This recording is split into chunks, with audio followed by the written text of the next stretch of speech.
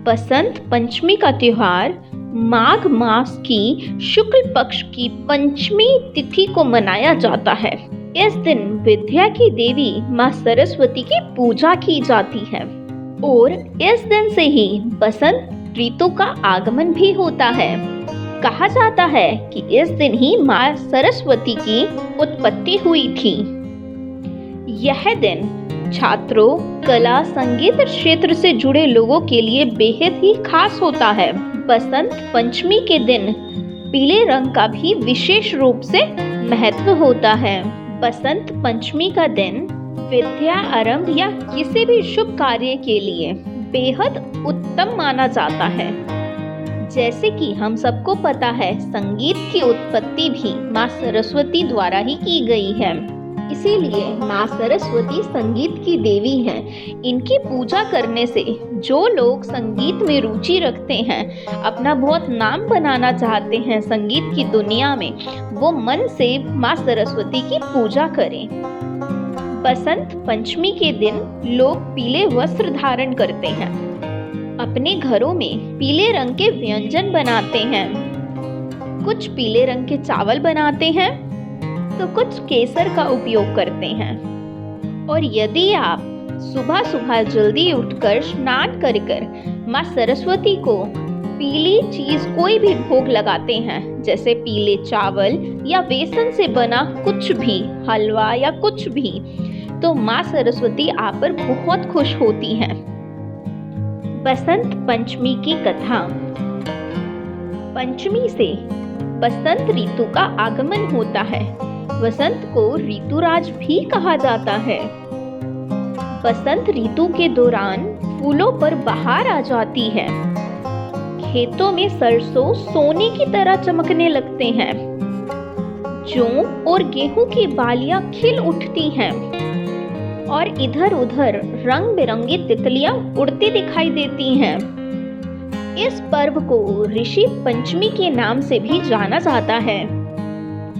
लोक कथा के अनुसार एक बार ब्रह्मा जी धरती पर विचरण करने के लिए निकले और उन्होंने देखा धरती पर मनुष्य और जीव जंतु बिल्कुल ही नीरस और शांत दिखाई दे रहे हैं।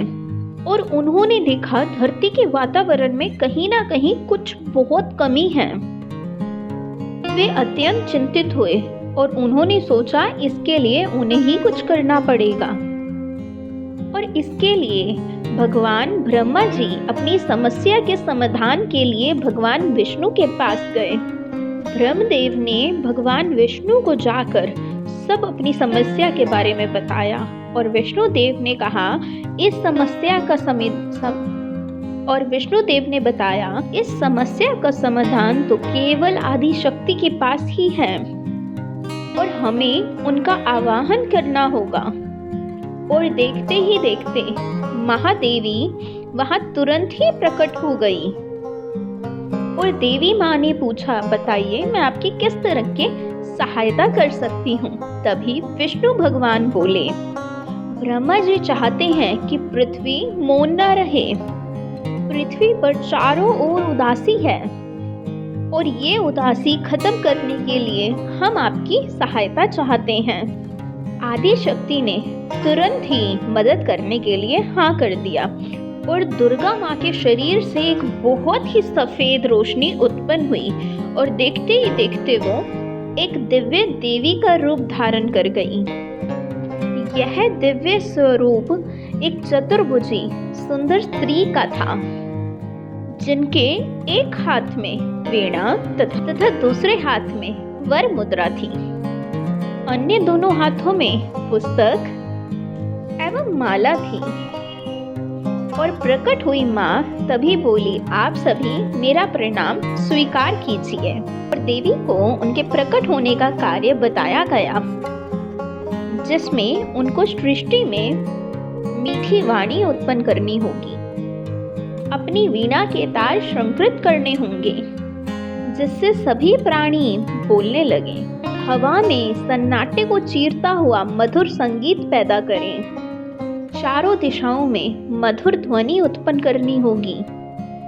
सृष्टि में सभी जीव जंतु सभी बोलने लगे, कोई चीज मौन न रहे। तभी आदि शक्ति बोली, मेरे तेज से उत्पन्न हुई देवी आज से सृष्टि में ज्ञान की देवी माँ सरस्वती के नाम से जानी जाएंगी। जैसे माँ लक्ष्मी श्री विष्णु जी की शक्ति है, महागौरी महादेव की शक्ति है, ऐसे ही सरस्वती भी ब्रह्मदेव की शक्ति कहलाई जाएगी। और ब्रह्मा जी के आज्ञा अनुसार माँ सरस्वती ने पृथ्वी पर वाणी उत्पन्न की, संगीत उत्पन्न किया। चारों दिशाओं में प्रत्येक मनुष्य तथा सभी जीव जंतु सभी ने वाणी का उत्पन्न किया। और देखते ही देखते माँ सरस्वती की कृपा दृष्टि से धरती चहकने और खिलखिलाने लगी।